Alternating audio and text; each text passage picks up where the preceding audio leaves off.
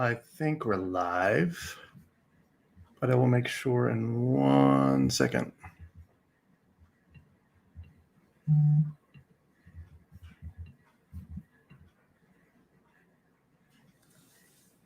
That is the book cover, and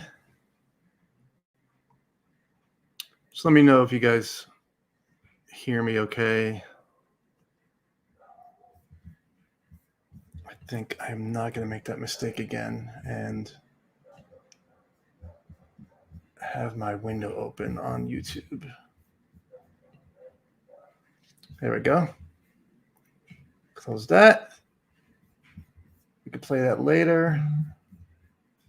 And yeah, I'll get rid of that.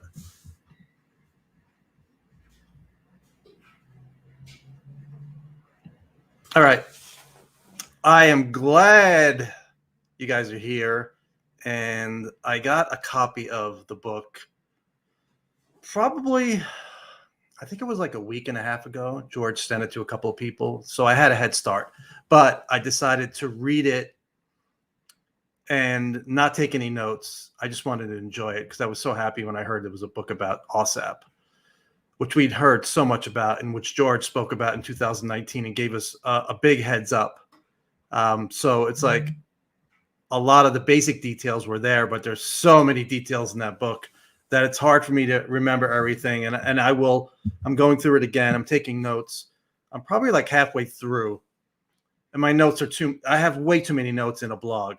But I definitely, since we have people who have called in, I'm going to go to that right now. Start out with Mr. DeMonte. Are you there, Mike? Yes, 1 second. All right. I'll come back to you, all right? Yeah. Let's go to Jean. Jean, you are muted. Unmute yourself. If you're there, Jean. There you go. Hi, Joe. Yes. How are you? Good, thanks. Glad to be here, guys. Yeah, any questions or comments about, you're muted again, by the way. Any questions or comments about the book? You are still muted. There you go. Not yet. Still Okay. going through it. Okay. I'll come back to you later, maybe. And James. Yeah. How are you? Hi. How you doing? I'm good, man. I've been following you around on Twitter. I don't know if you've seen that or not. But I may have and forgot because my mind is a jumble because I'm trying to cram all this information from the book into my head. Have you had a chance at all to listen to any of the interviews or read the book at all? I read the book. What do you Yeah. I thought it was fascinating, intriguing, unsettling. Lots of different things. It's one of those things where it's like I hope that we get closer and closer to people in the mainstream accepting the reality of the phenomenon, and then something like this comes out where I know it's really going to stretch people's comfort zone, and so it's alarming in that it may push some people further away, who wrestle with the woo factor or whatever. But I think it's more representative of what's actually going on. So I think it's an uncomfortable truth, but something that we have to wrestle with. I am right there with you. I mean, it's hard seeing the UFO community struggle with this because I know if they're struggling with it, not even struggling, a lot of people are just mocking it. And as I said earlier, I'm like, people can mock, somebody seeing an upright wolf in the backyard, multiple witnesses, multiple instances at different times. You could, all right, make fun of that, fine. But there are people who have gotten injured.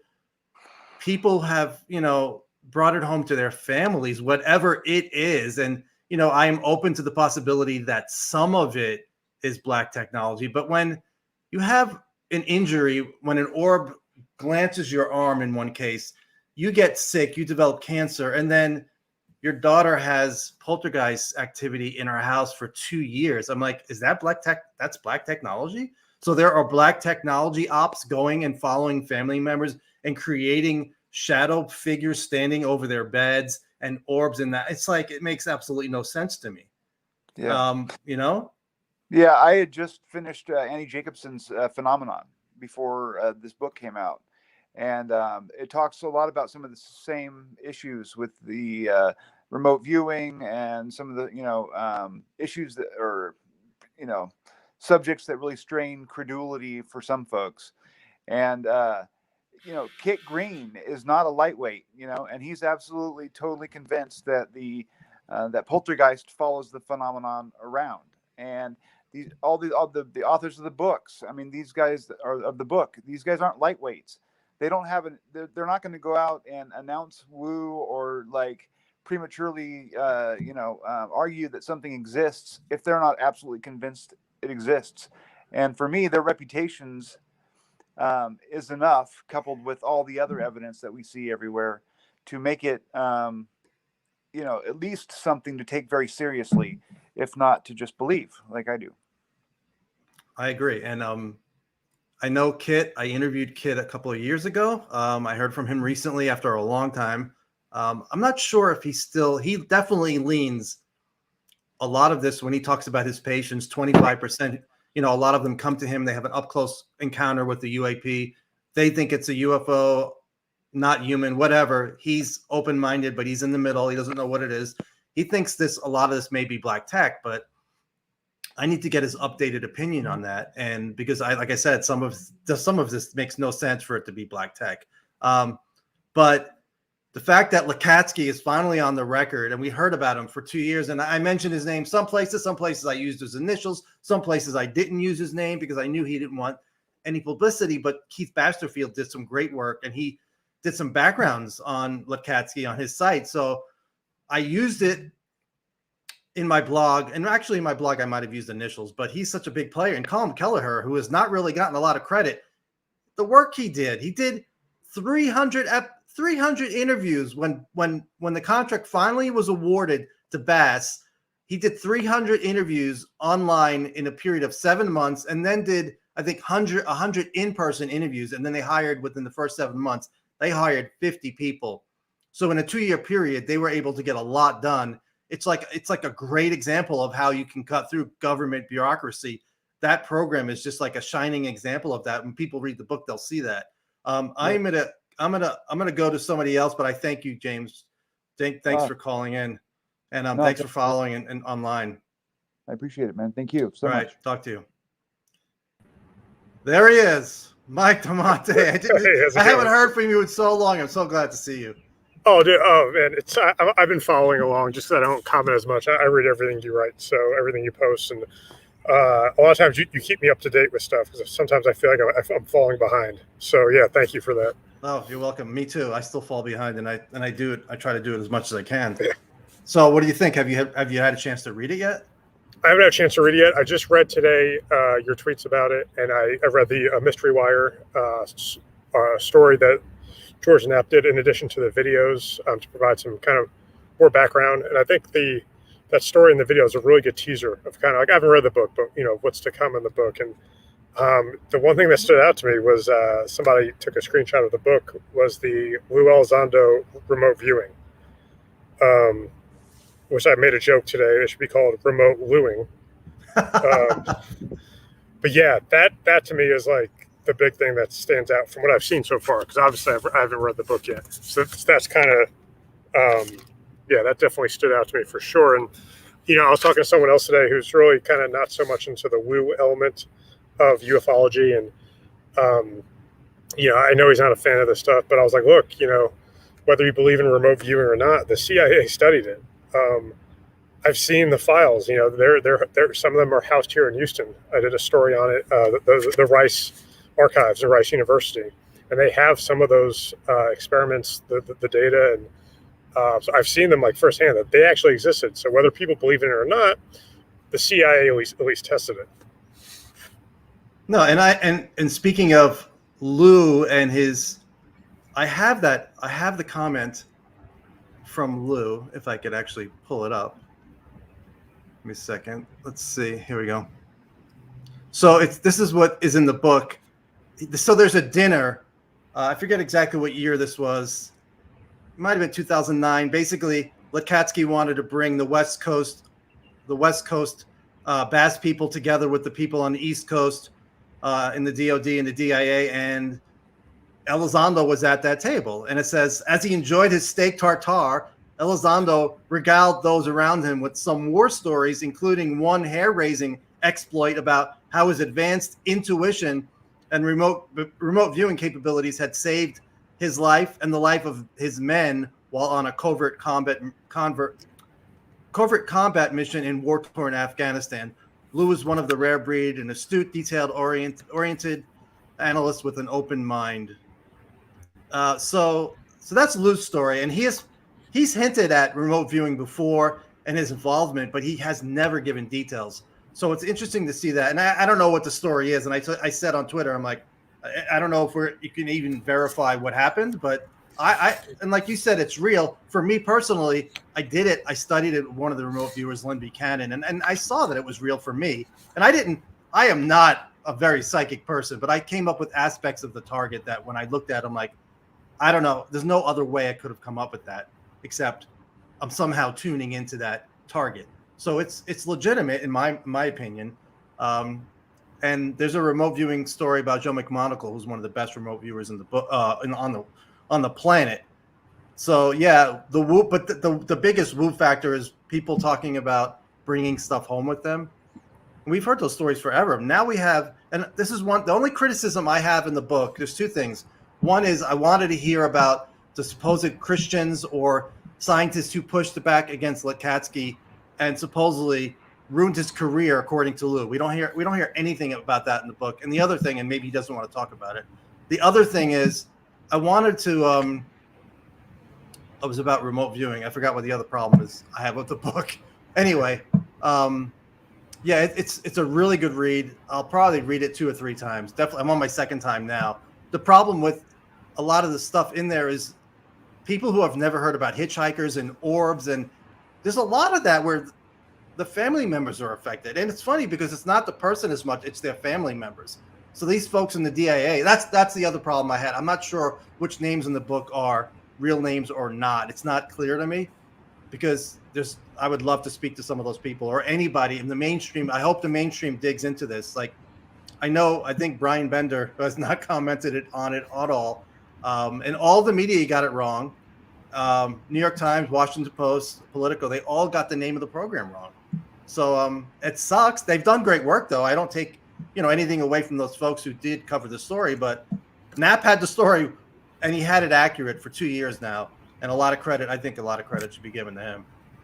Yeah, and I was going to add real quick. I think the only thing that's going to hurt, in my opinion, for the mainstream picking up on it, and I know this sounds really nitpicky, but the cover, and I know a lot of people have kind of crapped on it, and also the fact that it's independently published. I feel like they could have, if they had a publisher, no matter how big or small, I think that would really help kind of lend to the credibility. But maybe there's a reason why there wasn't. I don't know. But I hope, Brian Bender and a lot of these outlets pick up on it. Yeah, just because from what you've told since you've read the book, I haven't yet. There seems to be some really juicy stuff in there. Real quick, I need to get going, but I just want to say hi to Chris and Dave. NHL season starts tonight, so let's go Rangers. So, yeah, I'm hoping for an all-out brawl. So thank you for with Ryan Reeves. All right, Mike, thanks for joining me. And all right, it was great talking. It's great seeing you all again. Talk to you soon. Bye. So before I add in Kenny, I'll just say that for folks who don't know the story, how this happened. So 2007, and in the book, George and the authors, they thank Harry Reid. Without this, it couldn't have happened. And for me, I was at 2019 MegaCon, UFO MegaCon, and I was with Jerry McCorbell. He was about to speak, so I was speaking with him. He's like, "There's a story that you need to tell. Nobody has told the story yet. None of this happens without George Knapp." He goes, "If he doesn't write Hunt for the Skinwalker, this doesn't happen." And he's right, because Hunt for the Skinwalker came out, I think, 2005. So it's Colin Kelleher and George Knapp. They write the book. 2007, James Lekatsky gets a copy of the book. He reads it cover to cover. Very impressed. Had no idea that there was a scientific method going on with these paranormal phenomenon on a ranch with top-level scientists who were in NIDS. That book gets passed around to some other folks. It makes it out to Iraq, the folks who are out there in the military and the intelligence services, and it becomes one of the most popular read books in the green zone in Iraq and Baghdad. So Lukatsky calls up Bigelow, he writes Bigelow and says, I think this is something we should look at for, a threat level of some of the stuff that's going on at your ranch, technology. I'd love for a visit. He goes for a visit. He's at the ranch. It was like a very short tour that Bigelow gave him. I think 30 minutes in, they're in Homestead 2, which was the scene of a lot of activity. And I'm not sure if it was Homestead 2. And Bigelow's sitting across from him, and over Bigelow's shoulder, Lukatsky sees this swirling tubular Mobius loop that's just in midair. And I think it lasted for like 30 seconds. He has a clear view of it. Nobody else saw it. He thinks it was just for him. He's like, I'm here 30 minutes. People usually don't always see stuff when they hear. I saw something. So he's like, this is important. We need to study this. Bigelow contacts Harry Reid, shows him the letter from Lukatsky. They get together. Lukatsky says, we need to study this and paranormal, UFOs and paranormal. If we want to understand UFOs, we have to combine the two. Otherwise, we'll never understand them. So Bigelow gets Inouye, Senators Inouye, Stevens. Lukatsky speaks to them too, which I didn't know, which obviously, I mean, that's an obvious thing, but I didn't know that they all got together and they formed AAWSAP. They got $12 million the first year, I think, and $10 million for the second. So it came to fruition. They put out the bid in late September. Bigelow was the only bidder. There were other people who were interested, I think 3 other companies. And George Knapp has reported that Lockheed sniffed around. They didn't make a bid. It's obvious when you see the response that Bass, which was Bigelow's company he created for this, they put up. They were the perfect company. I mean, they had access to the ranch. This happened on the ranch where Lukatsky had the experience. So, and then it happens. And that's how AAWSAP began. And just real quick, AATIP originally came about where in 2009, Harry Reid wrote a letter to James Lynn. I think he's the Deputy Assistant Defense Secretary, but they tried to get AAWSAP into SAP status so they can have access to some of the interesting stuff in the special access programs, and also so they didn't have to worry about funding and battling for funding every year. That letter, they got denied, but in the letter, they didn't want AAWSAP, the name, to get out there, so they came up with a nickname, and I think it was Reid who came up with AATIP. So that's how that happened. AATIP was used later on by Elizondo in the DoD. So you have AAWSAP AATIP, which is a nickname, and then Elizondo AATIP, which was, it wasn't a program. It wasn't funded, but they did a lot of work with military sightings. So it was real. It just wasn't an official program, and it didn't have funding. And Lou needs to answer some questions because he was asked about the $22 million back in, I don't know if it was 2008 or 2009 at the MUFON conference. And he never once said, no, we didn't get a penny of that money, but that's the truth. So I have that in my blog. And I will get to that. And by the way, Mark and Michael, it says your devices aren't connected, so I cannot go to you. But I will go to Sean. What's up? Hey, Sean, how you doing? Thank you for taking the time to come on. Oh man, I was just saw that you were live, and I had to do this. I was just doing my own live thing, pushing the crap out of your blog and stuff. So I was like, yeah, because you've been just on top of this for so long. So it's truly amazing. I put it in the description. I told people to catch up that way. So great, thank you. Have you had a chance to read it yet? I ordered it yesterday, so hopefully it comes later today or tomorrow. I was able to catch a few snippets of people posting a page or two here or there, and I'm pretty. I don't know what it is about that interview, but it's just like, I don't know. It just kind of shifted my mindset for some reason. It's such a simple interview, I guess, but which interview? It was impactful. The one with George Knapp and Lukatsky, and because I've never put much time into researching them or looking at them, first of all, I've only been here maybe less than a year now, but, and it's just, it's amazing stuff. And that story about the orbs coming in the car and going through the guy's chest, and how they've investigated it for years, and they had a doctor following them for months, and it gets really serious, and it's intense. It took my breath away. But yeah, so I can't wait to read it. Yeah, and on my show I was saying it sounds like maybe Hunt for the Skinwalker would be a good prelude before this Definitely. book. Maybe read that first. Yeah. It's Hunt for the Skinwalker is such a great book, and it's not Which just you about. told me about. That's why I read it. And it's not just a phenomenon of the phenomena that took place on the ranch. It's the UFO theories later in the book, which I think are just stellar. I mean, some of the best thinking on UFOs, and I have a fly in here. I brought it home from the ranch. No. Oh, he's got a cleaner. That's one of the reasons when people read the book, it's like I've gotten friendly with Brandon Fugel, and I interviewed him on Twitter DM back and forth, which is on my blog. And I'm like, I probably could get a visit to the ranch. It's not that far from me, like maybe 4 or 5 hour drive. But I have no interest in going there. And when you read this book, it's like I wouldn't think anybody has an interest in going there more than one day. Even that's a risk. And you take home activity. And so people who don't know, it's not just a ranch. The story Sean's talking about in Oregon, they were just driving. The guy, I forget his, it's a professional guy and his daughter, and they're in Oregon. And all of a sudden she sees 3 objects off the side of the car.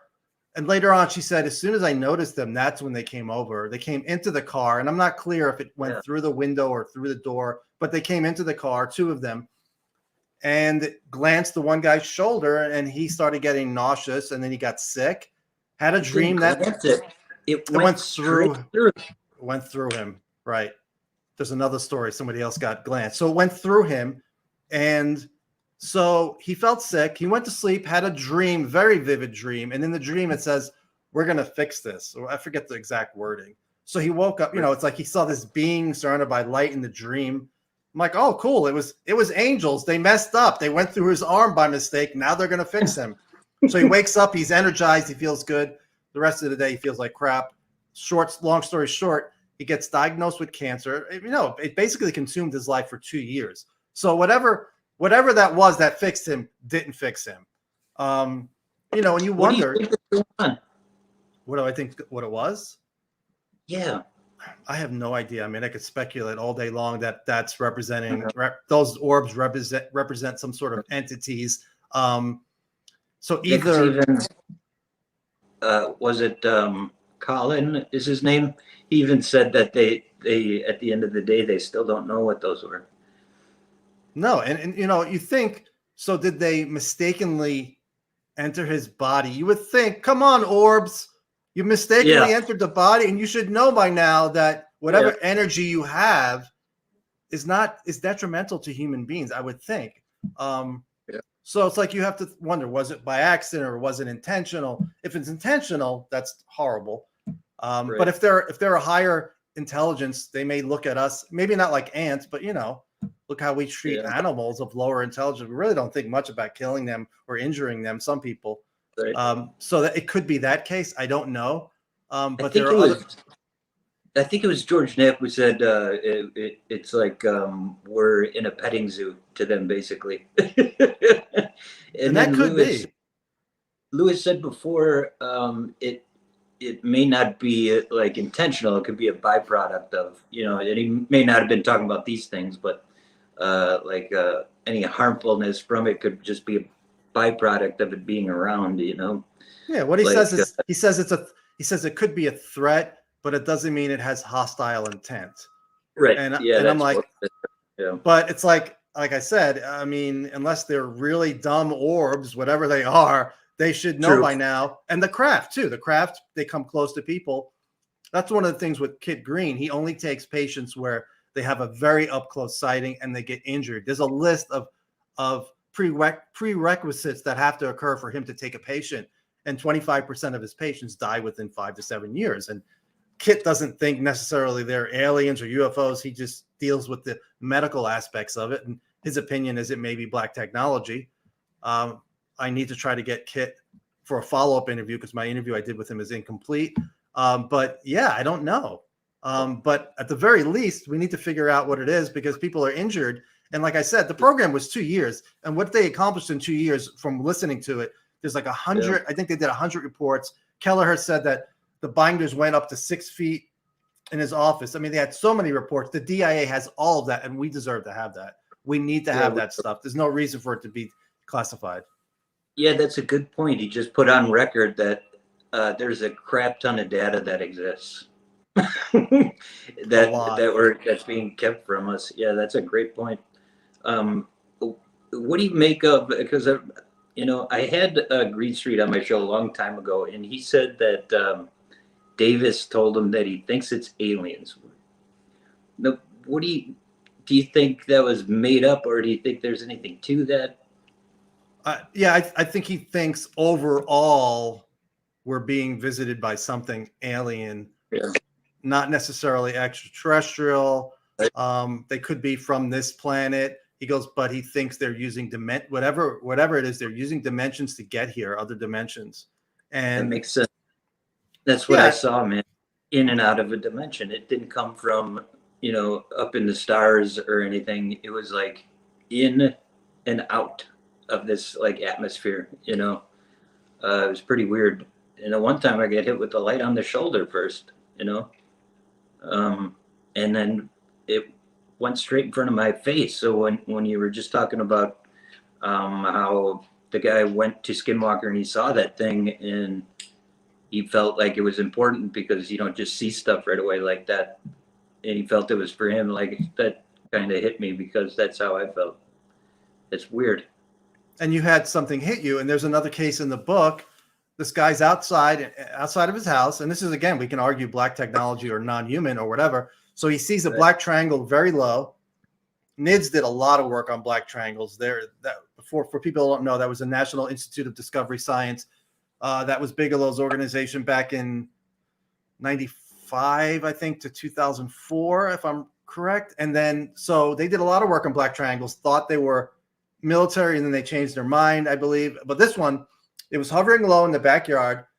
This guy decides to take his flashlight, a really strong flashlight, and blast it. Before he can blast it, a beam comes down from the craft, hits him in the arm. Once again, it's not like no big injury, but then he gets really, really sick. So it's like, if that's if that is black technology, how did the folks behind it know that he was about to blast them with the flashlight? Because to me, that sounds just like tic-tac telepathy. How did they find the cap point? Speculation by me. Yeah, that's a great point, actually. Because there's some precognizance there, or just future telling straight up. Cutting people off before they can do that. But why would you do that anyways? Just a big flashlight. I think he had a lot of tumors too, if I'm recalling that case. But there's another case. Here's another theory they put in the book. So there's a lady who sits next to Letkatsky, never went to the ranch. I think the night before, he gave a briefing to the Department of Homeland Security trying to get another home for AAWSAP. And if you read the book, it was like he had taken the time to finally go through all of the data they collected. He didn't have a chance before. He goes, I'm going to prepare for this. And he says it's the most passionate defense of AAWSAP, giving them all of the data, and they listened seriously, even the controversial data.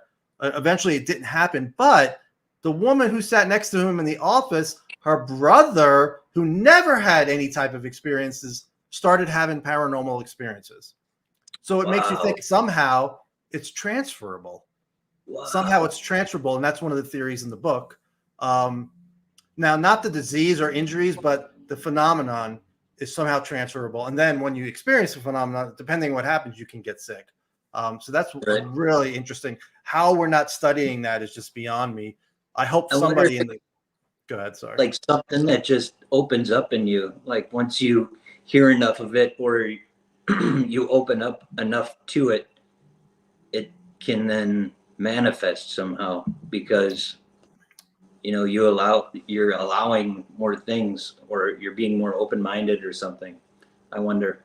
Yeah, either that or it's somehow affecting your ability to perceive certain things. Now you can perceive Yeah. them, but it's kind of scary if it's something that's transferable, And they mentioned COVID. They mentioned COVID, but they said, it's not like the disease or the negative medical effects. Those aren't transferable. It's just the phenomenon. People have reported, people connected to the DIA folks who were on the ranch, all of them brought it home to their families. George Knapp brought it home to his family. Eric Davis brought it home to his family.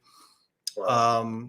All of them. Colin Kelleher, shadow beings standing over the bed, orbs in the house. One of the guys, Jonathan Axelrod, his family had so much activity. His teenage sons had this one son, the younger teenage son, had red and blue orbs in the room that did some damage to the son. And the teenage sons and the wife, I believe, saw on separate occasions, they saw this upright. And this is where people have a very hard time believing this, but it was like a wolf-like creature on two legs in the backyard. They didn't say anything to anybody. The kids knew enough not to say anything because it's so outlandish. And then the kids' friends are like, guess what I saw in my backyard? Wow. It's the same thing. So it's like, multiple witnesses not connected to each other. So that's not a big part of the book. But a lot of people, go ahead. And for Skinwalker, it was in that too. They were, I think it started with those stories, didn't it? Hunt for the Skinwalker with the werewolf feet and all that kind of stuff. And there are, in that neighborhood, in the Uinta Basin, not neighborhood, there were just so many stories about that. And then there's on the ranch, there's a story from the original, not the original owners, but the owners before Bigelow, the Shermans. They had a giant wolf walk up, and they shot it up close range, and a piece of flesh came off, but they couldn't kill it. Then it attacked one of their baby cows, a calf. So that story, people are like, come on, that's so ridiculous. I'm like, well, there's other people who have seen things. Eric Davis and Colin Kelleher saw something in the tree, and then Eric Davis was frozen in place with voices in his head, and people are like, what? That's not. I didn't know that. Yeah. So Eric Davis is on the ranch. All of a sudden, I think it's at the same time they saw this creature in the tree. They could only see the eyes. I think at the same time, he gets frozen in place. He can't move. He can't talk. Whatever it was speaks through him saying, we're watching you. I think it came out of his mouth. He was messed up for a little bit after that. He talks about it when I asked him about it. And when he's spoken about it on shows, he's like, no big deal. They were just, it wasn't like an exorcism or haunting. It was just something really brief, and they were just letting us know they were there.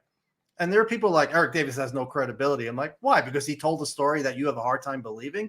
I mean, there are so many stories like that in the book. People need to get over that. You just got to think of the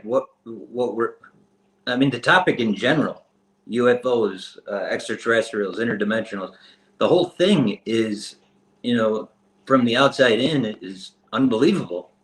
So what makes one thing more unbelievable than the other? It's kind of like anything can really go, as long as it's coming from someone like Eric Davis. I never thought I'd be in wrapped up in any of this stuff. So as far as I'm concerned, anything is really possible. I'm not going to go believe in everything, but I'm open to absolutely almost anything, Yeah. And when I hear stories like that from credible people, I'm like, I believe them. I don't know what it is, though. I don't know if it's like when you see a wolf in the backyard, multiple witnesses are reporting that. And the tree had marks from the claws. So there's physical evidence that something was there. But is that, you think, is that thing still in the neighborhood? Did it escape? Is it running around still? Did it go back to where it came from? Was it really something real? Did the intelligence behind UFOs create that? Is that just something they mess with us with? It's like, no idea. There's so many possibilities. But the fact that it's being... I feel like I keep interrupting you. I just remember that in Hunt for the Skinwalker, the story about the werewolf, like they went to go look for it afterwards and there were no tracks. The tracks, and I think that was Chris Bartell's story, I believe. And there's other stories like that. And Yeah, it's like, that's kind of what is manifestation. that? Yeah. Or does it? Yeah, that's true. It's like, well, I can't explain it. Scientifically, it's beyond me. Yeah, me neither. But all right, I don't want to hog your time. It's up to you. If you want to stay, you can. I'm going to go through just some quotes from the book that I pulled up. You can stay or go. Yeah, I don't want to, stop anyone else from joining you. So there's nobody else. All there is Mark, but it says his device is not connected, so I can't go to him. Some people have a problem. Yeah, let me go to the photos. Let's see if that works. All right, let me go to this.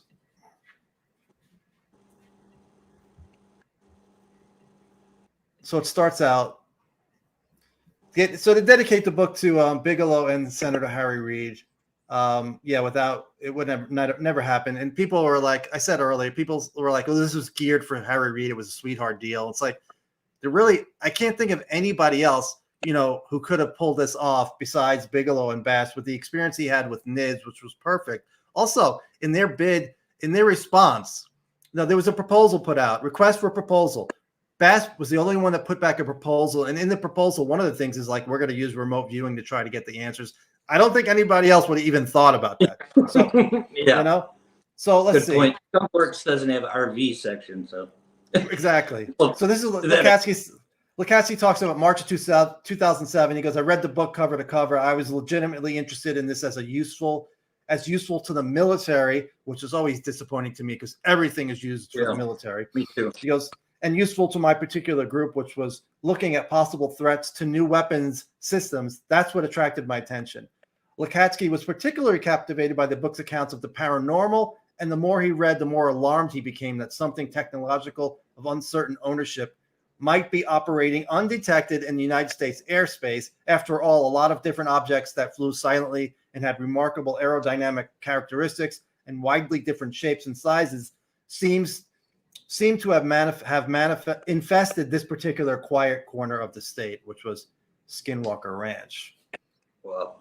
And this was the guy who was like Jonathan Axelrod. I'm not sure if that's his name. He worked closely with Lukatsky, and he was the acknowledged leader. There's three guys who first went to the ranch. He was the leader of those. Senior aerospace engineer in naval intelligence. His calm demeanor and infectious sense of humor enabled him to move easily in Pentagon circles. And he is the one, we always heard AATIP investigated the Tic Tac case, but let me get rid of this. But it wasn't AATIP. It was AAWSAP. And let me just get rid of this. Very interesting. And the man who started the investigation was Axelrod. In 2009, he was the lead investigator of the now infamous Tic Tac case that had embroiled the Nimitz aircraft strike group. So that's basically, he was the one interviewed everybody. He interviewed people that we probably have, I'm pretty sure we have never heard from. And there may be more to that case that we've never heard about too. Well, so Lou didn't interview like Fravor and all that?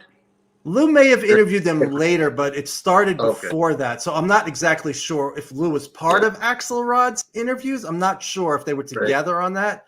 There's lots of questions. Axelrod. Yeah. And it's like, I don't know if it's his real name, but there is another Axelrod who was the point man for Ingo Swann. When Ingo Swann was taken and did some remote viewing of the moon, his contact point person was Axelrod. So I was like, is that the same guy? As far as I know, no. But it says Axelrod was confessed he was disturbed. Afterwards, Axelrod started bringing home stuff to his family, and he was disturbed that, his house was turning into a bizarre paranormal Disneyland.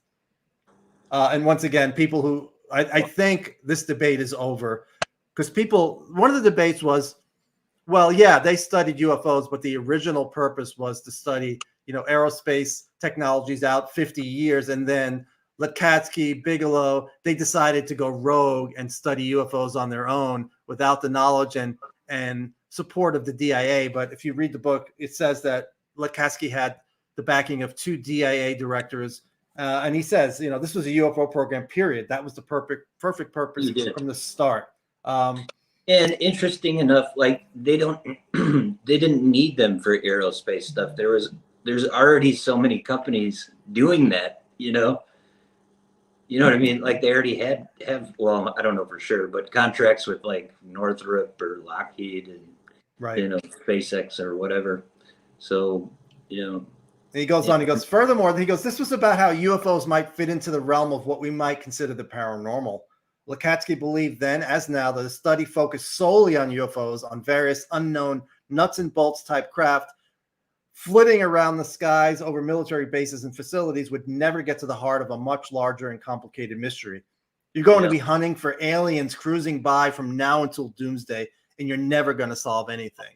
So we'll get back to that stuff later. But yeah, and that's what Knapp told us. He goes, yeah, that's why Lekatsky was so important. After he had the experience, he's like, we need to study all of this. And it's a problem right now in our field. People don't want to touch this stuff. Well, I mean, all right, I'm stuck in the 50s and 60s right now, but you just think of that, like all the decades that have passed and, where we really gotten by disassociating it with consciousness and paranormal and dimensions and other possibilities. You can't keep letting that stigma, clamp down your ability to learn, which is kind of what we've been seeing, barely able to admit that they're even investigating it, let alone going into the consciousness side. Yeah, they did a lot of RV stuff. But as far as I know, they weren't, incorporating that into a UFO study. Now, I did find an SRI document to maybe it was the CIA in the late 70s asking about a UFO project and if they'd be interested in it. But it was assumed no. So, I don't think they did it, but it's very interesting. But you have to take all aspects of that on, especially if it's going to be something so complicated. Like, to know what it is, you have to know what it isn't, right? Exactly. And as Copy Barrel Captain says, the public will throw the UFO baby out with the consciousness bathwater. That is a T-shirt.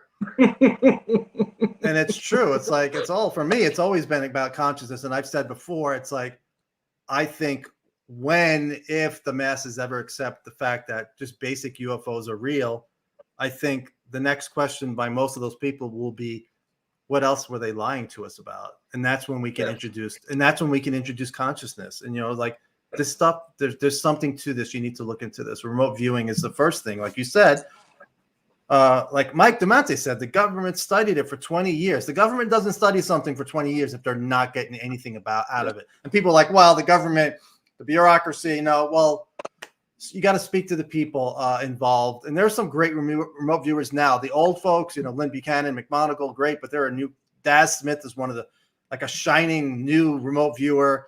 So that's something I got interested in the 90s too. When I first heard about it, I'm like, this is really interesting. So I'm trying to think what else. There's a lot more in the. Isn't it kind of like maybe where people go wrong, where they think we relied on that solely to like do things? Like, but it was really a tool. It was a good asset and tool. Yes, the problem. That's the problem. Yeah, people were like, sometimes the remote viewing doesn't work. Sometimes your data that you get is garbage. So if you don't have backup information from other sources of intel, from spies on the ground, from satellite photos, you can't rely on the information. I mean, if you're in a desperate situation, like say there's a spy, somebody's like kidnapped, and you got to use them. Okay. But yeah, it was always used as a tool, like you said. You need feedback to know if you're right. That's why when you do UFO targets, it's like, yeah, that's interesting, but unless you have feedback to know if you're right or not, it's kind of useless. Interesting, but useless. So Drew says, if these events are really happening at Skinwalker, why have people, AAWSAP, DIA, abandoned their study of the phenomena at the ranch? So I think when it got killed, funding was such an issue for various reasons. They tried to get funding. They tried to go to the Department of Homeland Security, came close.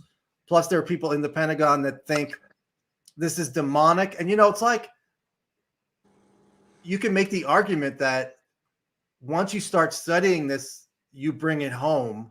Yeah. And, and it's dangerous on that level. But I don't think it's the ranch. I think the ranch has a lot of this stuff that happens a lot. So people bring it home and then stuff happens. But I don't think it's the ranch necessarily. I think the ranch just may be a portal. And it's, you kind of hit something there too. Like maybe once you start, researching it, you don't really have the ability to stop because it doesn't go away, so you kind of have to keep trying to. And maybe, the people who thought they were demons or whatever, like they thought differently and found out quickly that was incorrect. And George Napa said, maybe they are demons, but we need to find out. We need to find out what the heck we're dealing with. Don't be scared. Yeah. So let's see. I'm trying to think. So what else did I pull apart here? So that's something I didn't know. The person who ran the UAP task force, he was a high-ranking person. So he had complete knowledge of the smallest details, nuances of AAWSAP, which was so important to have that person in there. And now they're gone. We need to get that person back. And hello, Lou from Unidentified Celebrity View has joined us in the chat. I'm trying to think. So interesting. A slide from the book. Intensive study of Skinwalker Ranch yielded little tangible data. So Bigelow's opinion was, he goes, I didn't know during the NIDS period. He goes, I didn't know whom we were communicating with. And there are two choices, basically. There was either discarnate entities, non-human entities, or ETs. And I don't know. I mean, it could be a mix of all of that. It could be non-humans is like, that could be freaking anything. That could be chicken ghosts, probably. Chicken ghosts in Tic Tacs. But yeah. And I think and then there's part of me that thinks, are we creating this ourselves? Because if you look into seances back in the old days in the 1800s, where seances were so prevalent, the phenomena that they would experience there, a lot of it is similar to what we see in, when we talk about hitchhikers. But it takes time for it to happen. It's almost like the energy builds up. So you're thinking, is it coming from us? And there's also a case called it was out of Toronto, and they created a character for a Ouija board, the Philip case. They created every detail of its life, and those details that they created out of thin air came through during the Ouija board. So it makes you think, is it coming through your subconscious? So here's my, I'll spill the beans on your show about why I was starting to think last night that could be the case. So in my experience, at first I saw these things, two of them, and they kind of surrounded a dream that came to fruition from a few years back. And I was thinking I wasn't really into UFOs that much. I was looking a little at like shows and news and keeping up, but not really, super into it. But I started thinking last night. I'm thinking like, what else happened, around that time? And I remember driving to work one morning, and the sun was rising and everything. And I wasn't a sky watcher or anything. I would never look at the sky. So I was unfamiliar with the observations I was making. And there's like a jet stream or whatever, right up over the sun. And, those jets, they get that bright light at the tip of it that just gets really bright. But it's because of the sun reflecting it and everything. But at the time, I wasn't really aware of what those things looked like. And it just looked crazy to me. And I was convinced that I had a sighting of something, to the point where I was drawing it at work, like drawing it out and everything. And then I later realized that was just that, right? So before I had the same night before I saw the first thing, I'm looking at this guy. I've written that other thing off, like that wasn't anything, that sucks. But but that's what it is. And I'm looking at the sky and I see a couple lights blinking back and forth, and they're like alternating. And I'm thinking that it was a plane or something weird.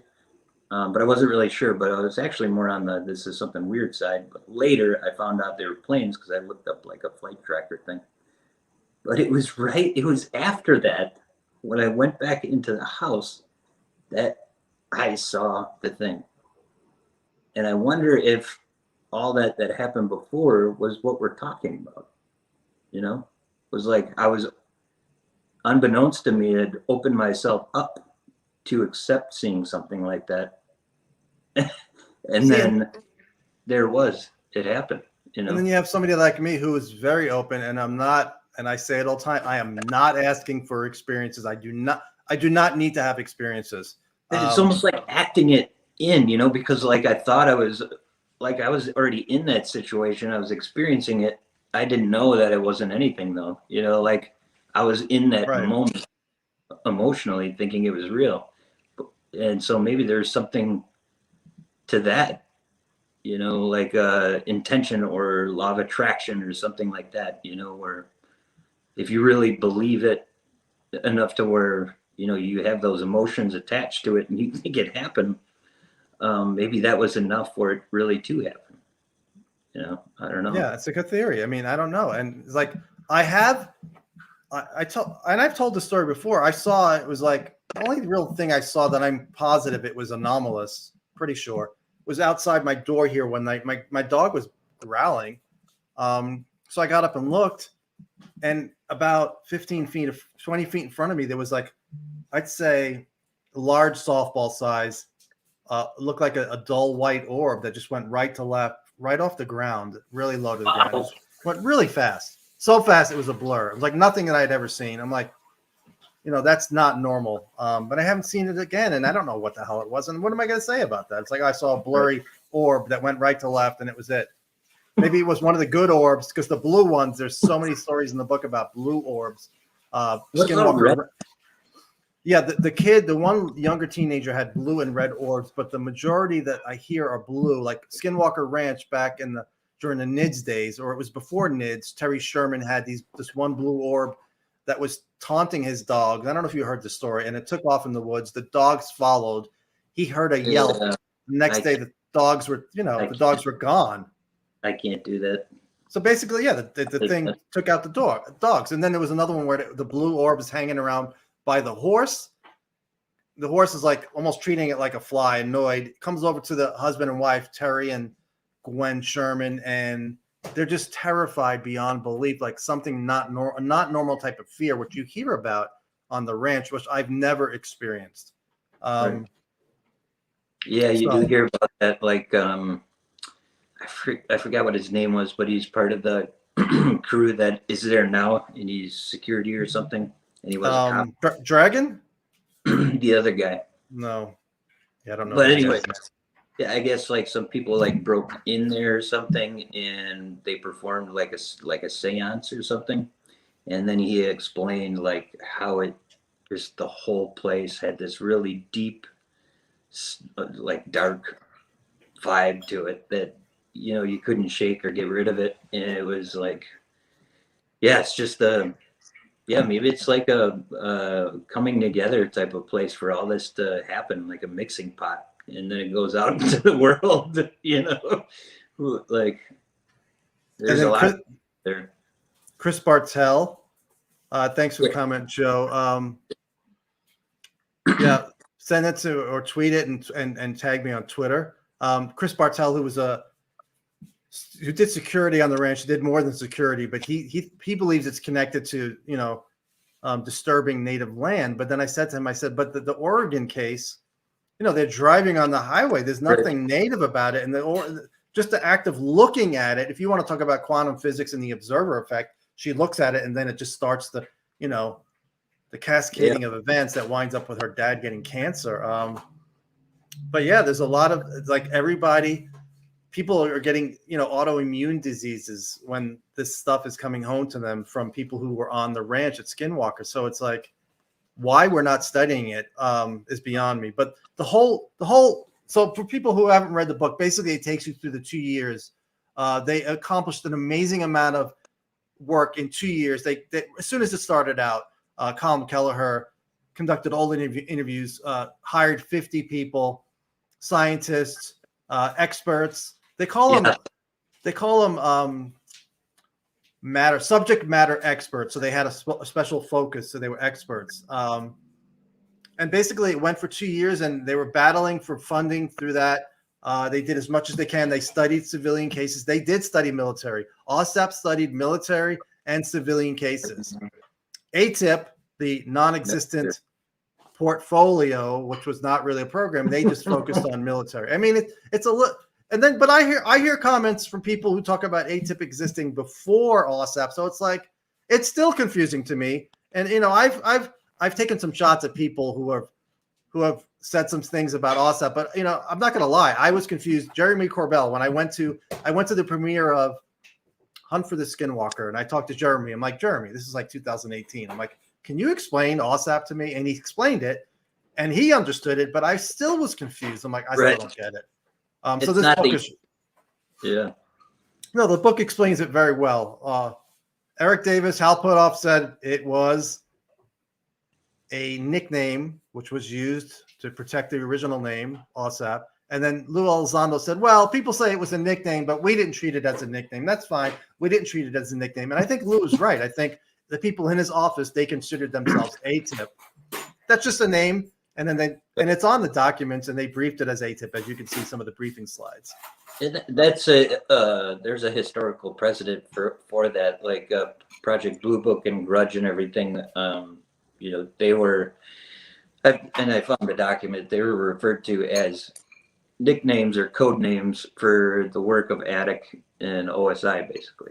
So, you know, that's just how they do things. You know, that's security. You have to do that stuff. Here's a comment, and I actually read that. I need to read it again. They didn't name that person. You know, 6 minutes into the Mystery Wire interview, he says they hired someone from AAWSAP with 20 years experience. I don't know who they're referring to. I don't think it was Richard Doty, but that person helped them try to get the Air Force data. They wanted to rule out any prosaic Air Force technology. But basically, the Air Force came back and said, you guys need to get special access program status if you want to get access to any of our stuff. So the 2009 effort, they didn't really push hard. In that letter to Lynn, they didn't really push hard for SAP status. I think in 2011, they tried again, and failure again. So the problem is, if we do get we need to get, this is what I said we need to get an AAWSAP-like program. If we really want to understand it, I mean, to me, it's exciting to see what they accomplished in 2 years. If we could do the same thing, but do it all over the country, all over the world, it needs to be. We can imagine the data we can get and make it public. I don't know how we could fund it, but we need to fund it with somebody who has deep pockets. We need somebody like, you know, Jeff Bezos or any of the billionaires. Or Soros, but what about that guy?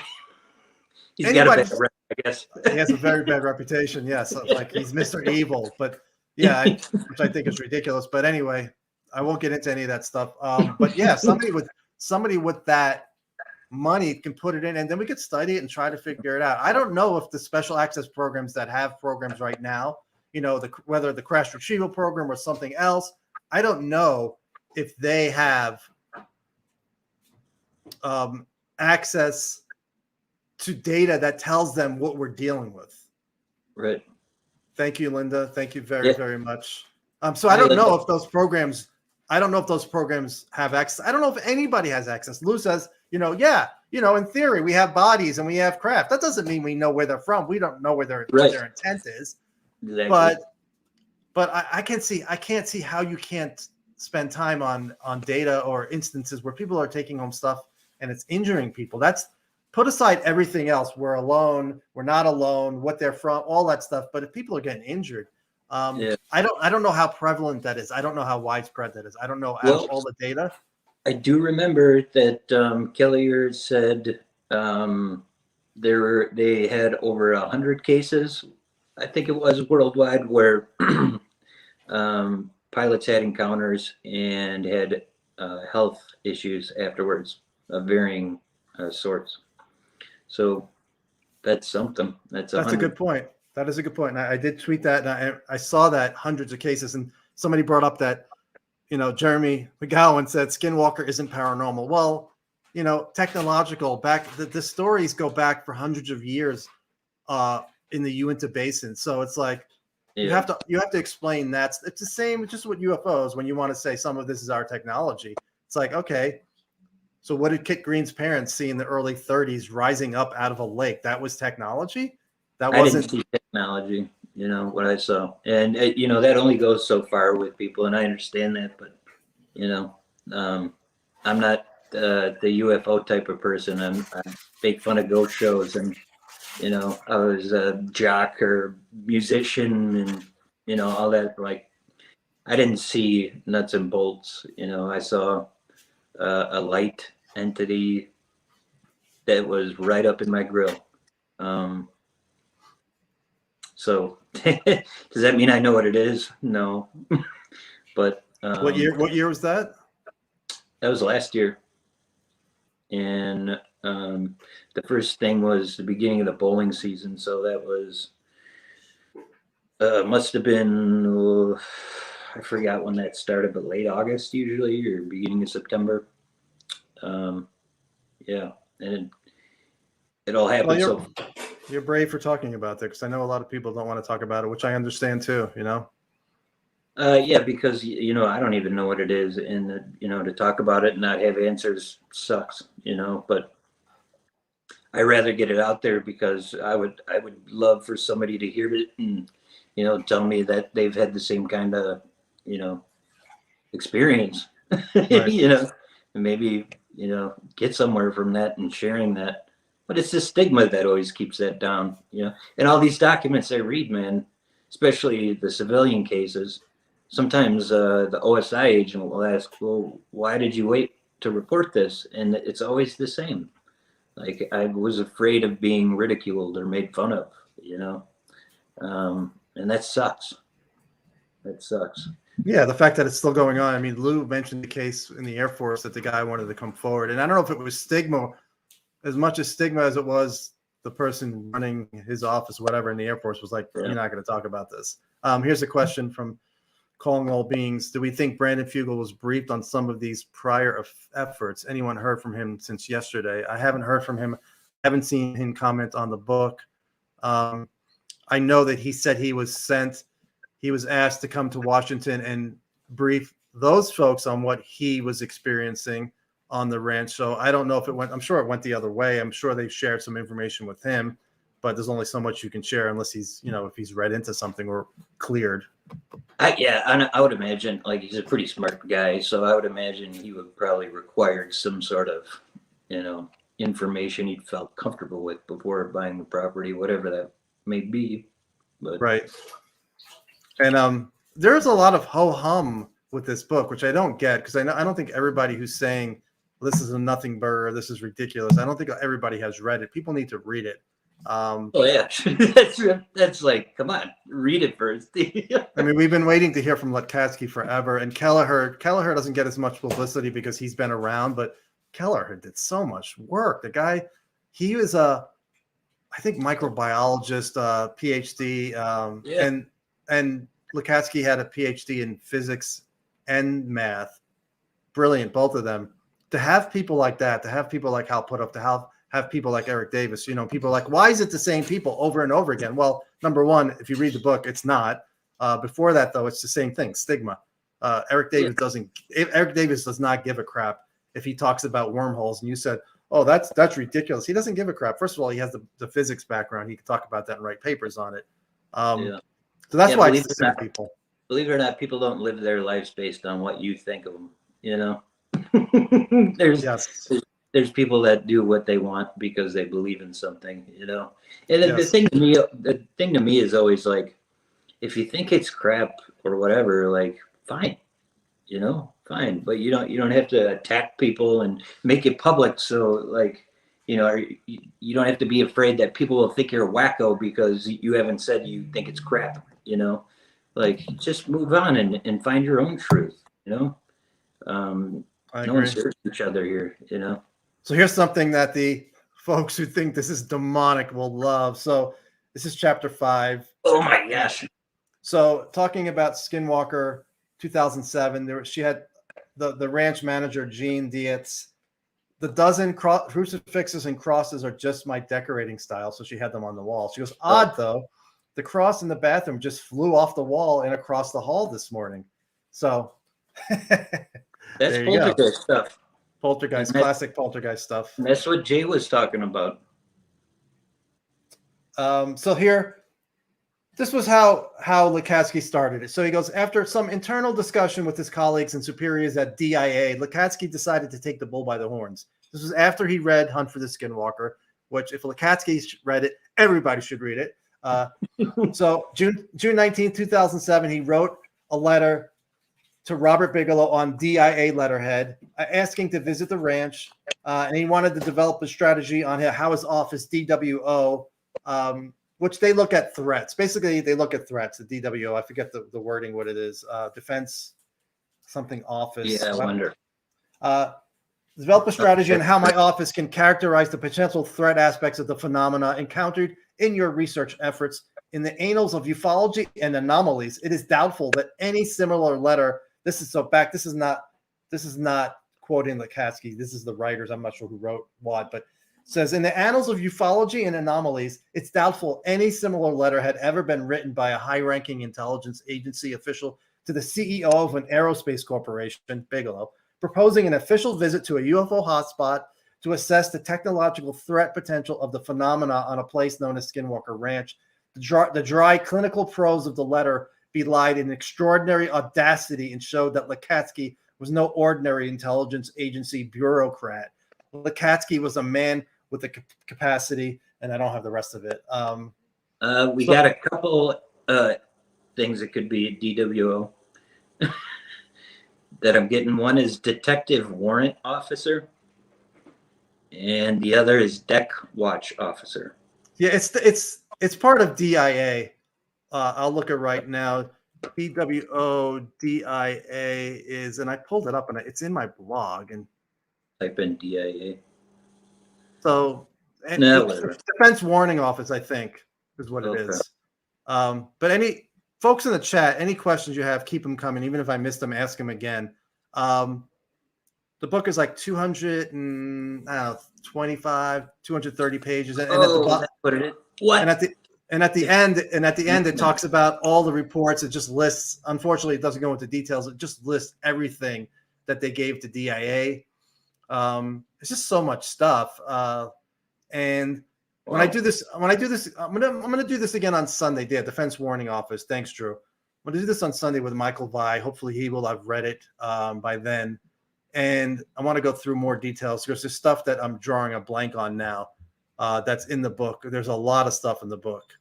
And let's see. So what are some of the new research avenues you think will open up from this? I'm hoping, thanks, Calling All Beings. I'm hoping it opens up some more minds to actually study this and realize that it can be studied scientifically. It's not the first time it's been done, but to see somebody like Lukatsky, Lukatsky, I think, hopefully, I'm not sure if he's interested, but I would bring him into certain government offices, not even government, private. We need private scientific organizations.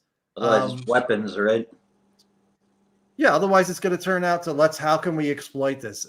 You hear it over. How can we exploit the Tic Tac technology? How can we exploit what's going on at Skinwalker Ranch? Reports, yeah. How can we use this to our benefit? Yeah. I know. And then if they do that, you're not going to find anything out until they use it. You know. True. So some of the questions. Linda says it was dangerous to the military guys. Yeah, exactly. And nobody knew. It talks about how it says nobody knew really. It says they were basically guinea pigs, but nobody. I know Chris Bartell had problems with his sinuses that might have come from something on the ranch or not, but his big deal is he was given an MRI and he was never shown to it. So I'm on Chris's side where he should have been shown to it. Yes, he didn't find out about it later till he had his own MRI. So the question would be like, why wasn't he told? And that's a question. I don't know how that works with HIPAA, but he should have been told. Wow.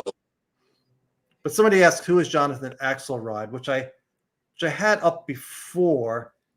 He is, and I don't know if that's really his name, but he was the acknowledged leader of there's three guys who first went to Skinwalker Ranch. So he was a senior aerospace engineer in naval intelligence. And that's basically who he was. He was the lead investigator on the Tic Tac investigation with AAWSAP. And I'm trying to think of any more. So here's something. I don't know if you did something with the Kenneth Arnold case recently. I think you did. Me? No. Did you do anything with documents related to the Kenneth Arnold case at all from 1947 June? No, I did. There was a Phoenix one, but I did a big thing on Aztec recently. Okay, well this is going to be interesting to a lot of people because I certainly did not. So I did not know this. This starts off one of the chapters, and it's Kenneth Arnold related. And I feel like everything always starts with him. Well, check this out. A ball of light appeared in their home shortly after the flying saucer sighting. It first appeared in the older sister's bedroom. It went down the hall and appeared in my mother and dad's bedroom. That's Kim Arnold, daughter of Kenneth Arnold, relating the appearance of a ball of light orb in the Arnold home shortly after her father's history-making sighting on June 47th. Is that amazing? I had no idea. Wow, I had no clue. You don't hear about that. Now all the books start with his story. None of them mention that. Yeah, I never heard that. That's amazing. So yeah, that stuff has been going on for a long time. It's not something new. People are like, oh, it just started with Skinwalker Ranch. No, it didn't. It's been going on for a long time. No, and all those reports, dude, most of the reports then are balls of light, like saucer, they're not all that way. A lot of people swear they saw, something silver and metallic in a saucer shape or whatever. But pilots, military pilots and commercial pilots, when they're reporting what they saw in the air, they're balls of light, and they go and they vector them after these things and they can't catch them. And they're balls of light. They don't go, yeah, there was a saucer and I saw the alien dude in there. It's always a ball of light, Yeah, it's like Foo Fighters seemed like they were balls of light, So are they the same? I don't know if they're the same thing. Weird. What the hell's up with light? So here's another thing, just more hitchhiker stuff that's in the book. A quote from Travis Taylor. He said, "We don't like to talk about the hitchhiker too much because everybody's afraid it's going to trigger it or something. I have several colleagues that were putting instruments out to measure things at their house as well as at the ranch, and we're measuring simultaneous events occurring at both places that may be 1,000 miles apart," which makes you think of quantum physics and, what's the when they take two particles and they separate them and they change the spin, supposedly the other particle instantaneously adopts it. So I'm not sure exactly if that's what he's talking about. Yeah, I'm not too, quantum entanglement. Quantum entanglement. There you go. Maybe. I'm not the quantum guy, I guess, but I do think that there's definitely a lot more to consciousness being a quantum process, and maybe there's something to that here. All 5 actively serving the intelligence agency personnel who visited the ranch during the AAWSAP BAS program experienced profound anomalies while on the property. And even more importantly, all 5 brought something home with them. So yeah, it's not just a couple of people. That's a good point. It wasn't like 1 out of 20 bring something home. It was 100%. No. And here's some of the serious stuff from the book. Okay. The Axelrod family also suffered health effects, with the wife suffering flare-ups of systematic lupus and Raynaud's disease. Both Axelrod's teenagers also suffered intense flu-like symptoms at different times following anomalies in their home, with the most serious medical symptoms occurring in the younger teenager after being attacked on the night of February 7th, 2011 by blue and red orbs in his room. Without breaking medical confidentiality, it can be unequivocally stated that a large number of people who brought something home from Skinwalker Ranch also began to experience autoimmune disease in one or more family or household members. Wow. So it's like, I had no idea it was that widespread and that was going on. That dude also wrote a not to sidetrack, but that guy, I forgot his name again. He co-wrote the book, the Irish feller. Kelleher, Colm Yeah. Kelleher. So he also wrote a book I found a while ago about mad cow disease. I have it. I have not read all of it, but it's really good. Yeah, and how it was related to Alzheimer's or something. Yes. That was really interesting to me, and it goes to show, I guess, how much time he puts into these kind of anomalies. I think I even saw like a quote on one of his bios where like that's his main thing is working on these kind of health anomalies. So Yes. It's called Brain Trust. Brain trust, yes, brain trust. The hidden connection between mad cow and misdiagnosed Alzheimer's disease. I believe he does make a connection with cattle mutilations because that's one of the theories. Whoever's in charge is trying to keep track of our food. Yeah, see what we're eating, if there's any problems. That's one of the theories. I'll tell you this right now. That's very interesting, and I showed it when that it was like the mandate first came out for the preliminary report. So it was in that big bill or whatever, and because everyone just went to the UAP part, they just skipped the rest of it. And well, all right, what do you got in here? And a part of that, if you wouldn't skip it or whatever, is anomalous medical like issues or occurrences is in there, like to be looked at and everything. Really? And it goes through like the symptoms too, which is like headache and all that kind of stuff. And it was kind of related. The symptoms reminded me of how they describe like these like Havana syndrome stuff. But so I'll have to find that and send. I've been looking for it, so I can send it to you because do. And you bring up Havana syndrome, and Lou has said there might be a connection between UAP and Havana syndrome, and I'm like, okay, well, I would love to see what they're talking about, and then you see what happens with these things. So I don't know. Somebody said Brandon Fugel says he has not experienced any poltergeist activities, but the doctors have. Is Brandon's Armani suit protecting him? That is the question. He would probably tell you it's God. No, it's his suit. It's the suit. Yeah, Brandon probably would tell you that. His religious belief, he doesn't have to worry about it. There is something here's something, a slight change from the book we haven't talked about, remote viewing. So Joe McMonagle is one of the best remote viewers on the planet, did a remote viewing, and he said there was a fifth individual on the ranch when he was remote viewing. He drew the ranch out, the whole ranch from like an aerial view. He's an amazing artist, so he can draw exactly what he sees. How you doing, Red Panda? Here, so this is McMonagle. He says, he said that during his remote viewing, and once again, can't be verified, especially this. He says, wow. The fifth individual who was also present at the ranch, McMonagle described a male 60 to 70 pounds with a height of 4'3" with no hair. Sounds like a gray. Age was not able to be determined. Exact physical features were unclear as opposed to those of the managers and guards, I guess, which he described. McMonagle said that the fifth individual could not be seen by ranch personnel, but did attempt test communications with them to see their response. He indicated that the communication was not precise or clear, and that and to the individuals on the ranch, it would seem to come from above and behind their heads. So that's really cool. Can't obviously confirm it, but and if let's say he's accurate, let's say this is an accurate remote viewing, that's kind of encouraging that was trying to communicate, not trying to cause havoc. Right. So yeah, that's like, you have to speculate or like, what are we doing here? That's half the fun is speculating and trying to think what's possible and what would make sense. Like I always think of George Knapp when I think a lot of people were just kind of poo-pooing a lot of stuff in the UFO world not too long ago, maybe a couple months ago, and he just wrote a simple tweet that still stays with me, and it's UFOs are supposed to be fun.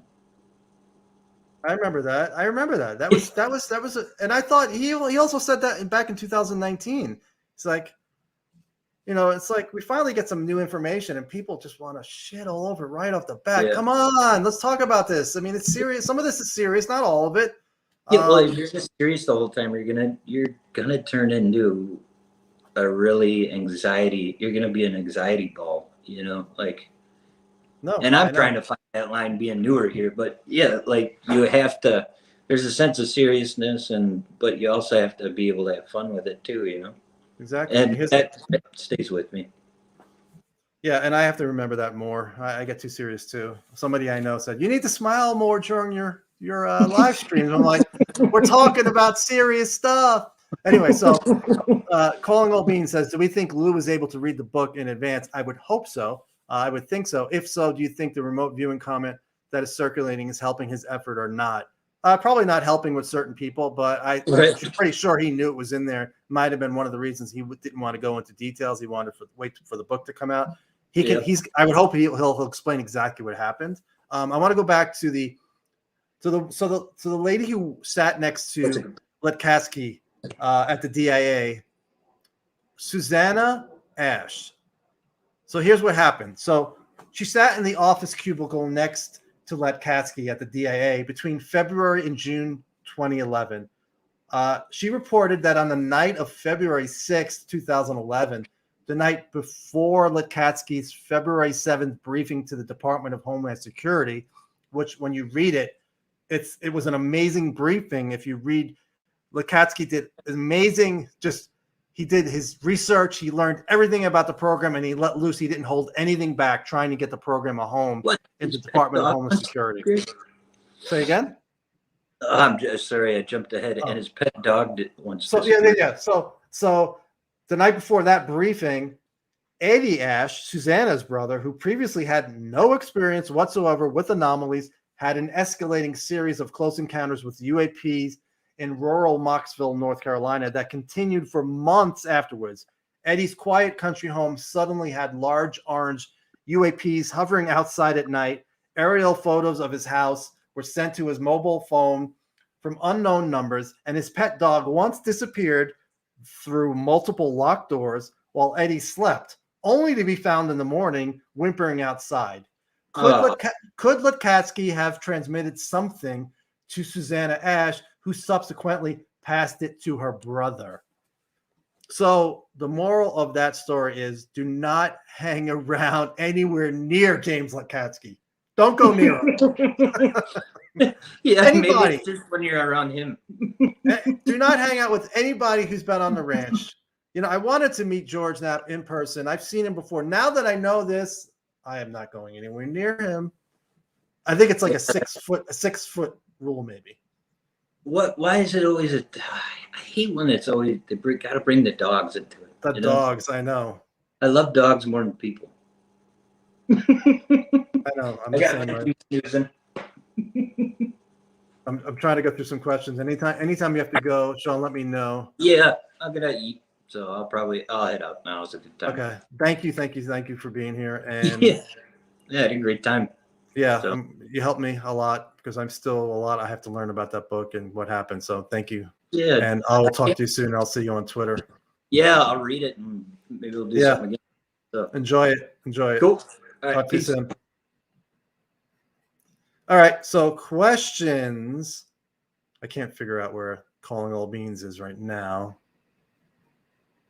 You guys, I have to get ready for work, but I can do at least 15 minutes more. Is Letkatsky Catholic? I don't know. They don't talk about his religion in there. And I'm not sure if it was Drew. You asked about the medical reports. They're not in there. The whole HIPAA thing is a problem.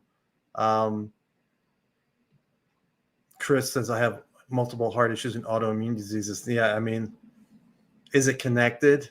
I see this now and it's troublesome. And I don't know what to do about that. And I really would love to know how many people have some sort of connection to seeing that phenomena and then having this stuff happen to them. I'm not really sure what this is. Above and behind, that's not V2K communication, voice to skull. Oh, I don't know. I've heard there are other people I've heard talking about hearing voices above, not being able to make out what they're saying, and maybe it's the same type of thing. And I got to remember. Here we go. Red Pond says, I'm sorry if you said this, but have you read the whole book already? I have read. So I got the book maybe like a week and a half ago, maybe. So I read it just for entertainment because I was so excited to see it. I should have taken notes the first time. So I read it. I didn't remember a lot of it. I enjoyed it. And I read it again like a couple of days ago.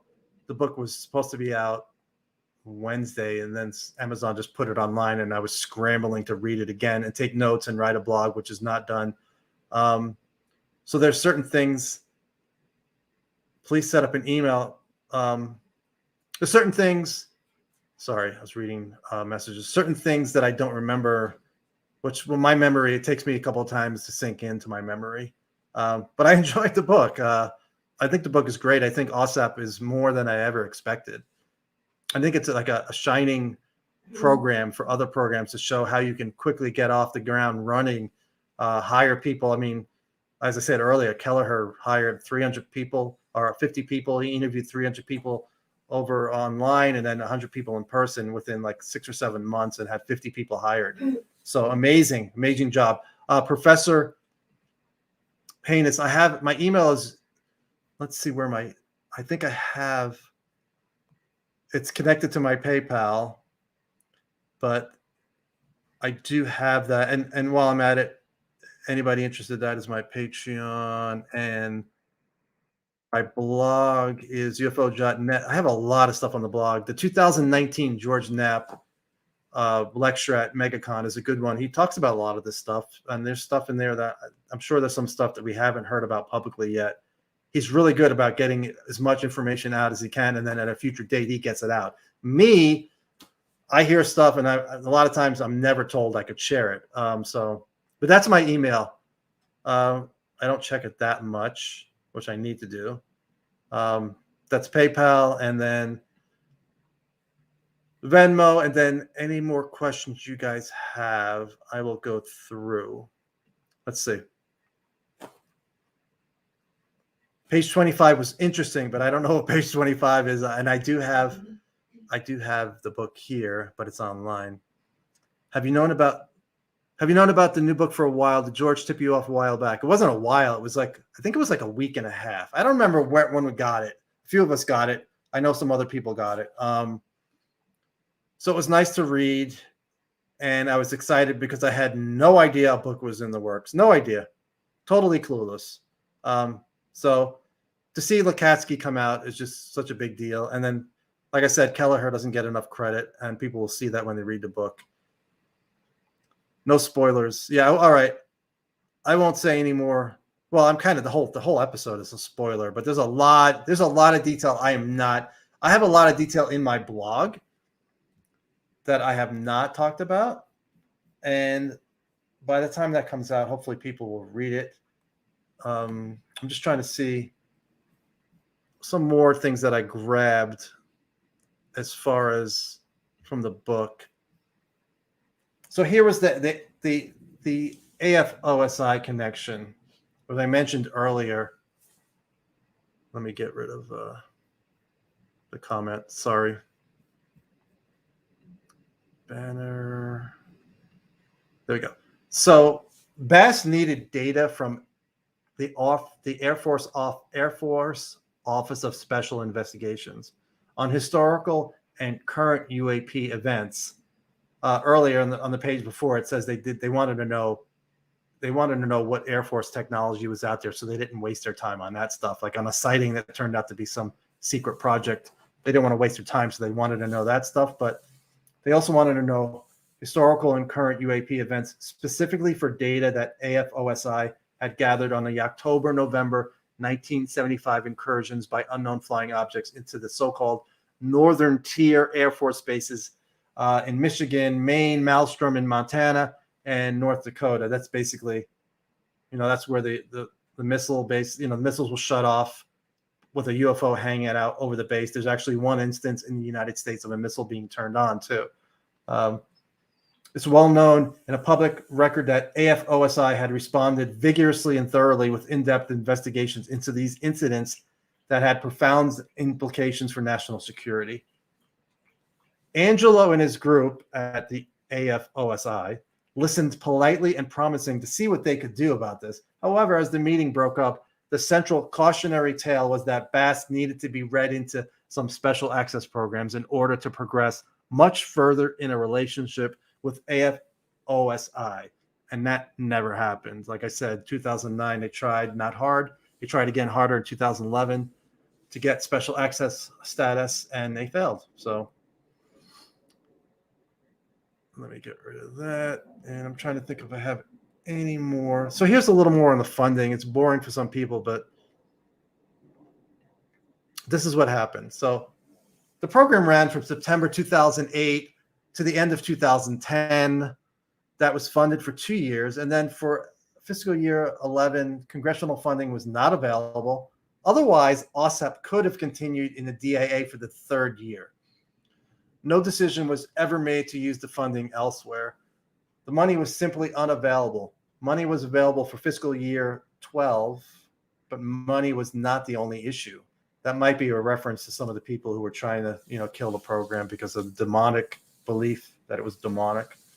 In 2011 to 2012, the pressing need for a special access program for contract data exploitation was determined to be absolutely necessary. Based on preliminary data, a letter had already been sent from Reed to Defense Secretary of Defense William Lynn in 2009 requesting an SAP for AAWSAP. So but that wasn't the real push. The real push came later on in 2011 for special access status. And that is all I have as far as screen grabs from the book. Let me just get rid of that. I'm going to go for like 3:45. So any more questions, feel free. Oh, that was page 25 was when they were on the ranch, and the 3 guys experienced temperature fluctuations, a big drop in temperature on the ranch, and then they experienced something similar to what was seen back in the NIDS days, where they saw a Bigfoot-like creature, but this wasn't as clear. It was like a mass, this big dark mass in their night vision goggles or a night vision scope, but before that, they were having these amazing temperature fluctuations. Let me just see what other questions you guys have. I don't really know what that is. You feel like this could be considered a companion piece of some sort of the previous Hunt for the Skinwalkers book, or should they each stand on their own? 100% it should be considered a companion piece. You can read this one without reading Hunt for the Skinwalker, but it helps to read Hunt for the Skinwalker first, which is one of my favorite books on the phenomenon. These 2 books,